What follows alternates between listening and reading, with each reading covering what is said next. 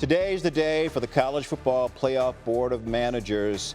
The group unanimously voting today on a model that includes the 5 highest-ranked conference champions and the next 7 highest-ranked teams in the 12-team playoff this fall.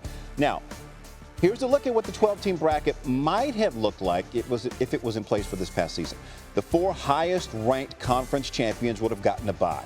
The remaining 8 teams would all have played in the first round.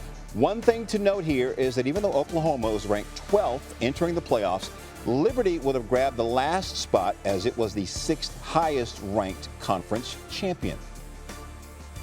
Let's talk about it with our college football reporter, Heather Dinich, who joins us now. Heather, what more can you tell us about the vote this morning? Jay, this vote happened because the Pac-12 conference, which is down to Washington State and Oregon State, was finally ready to roll with it. Everyone was in agreement, had been waiting on this for months. The Pac-12 needed to get its legal issues resolved. It has since named a new commissioner, replacing George Kliavkoff, and they were ready to vote for it. Washington State President Kirk Schultz, who represents the league on the board, told me he realizes that the 5+7 model better benefits those 2 teams because they can't win a conference title this year. So they need the more opportunities, 7 at-larges, in order to find a spot.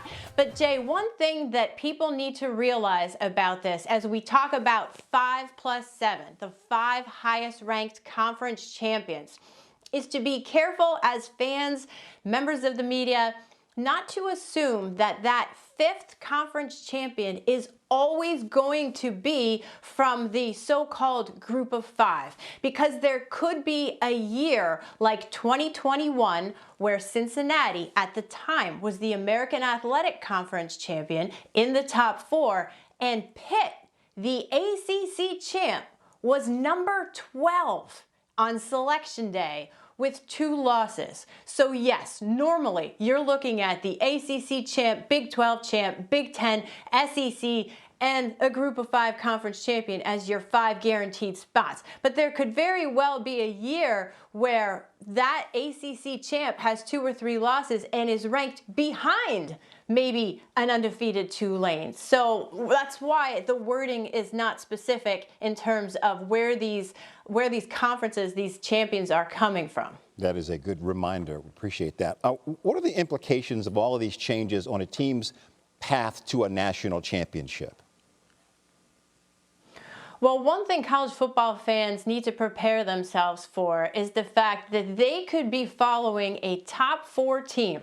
Let's just go back to 2021, for example. How about Georgia as the SEC runner-up to Alabama, the committee's number 3 team on selection day, and Georgia gets the 5th seed? That's how this is going to work, because as you mentioned, the 4 highest ranked conference champions get a first round bye. So if Hannah's listening, that means Notre Dame, yes, which cannot win a conference title, might be the number 1 team in the country, Hannah, but they cannot finish any higher than 5th in the seeding. And those teams that finish 5th and below have to win 4 straight games to win the national title. Heather, say it ain't so.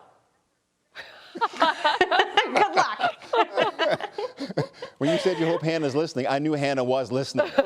She's always listening. Heather Dinich, we appreciate it. And the way you break that down to make it, sound simple for us, we appreciate it. Thank you, Hannah. And intimidating, Jay. Very intimidating. Yes, very intimidating. Give me something.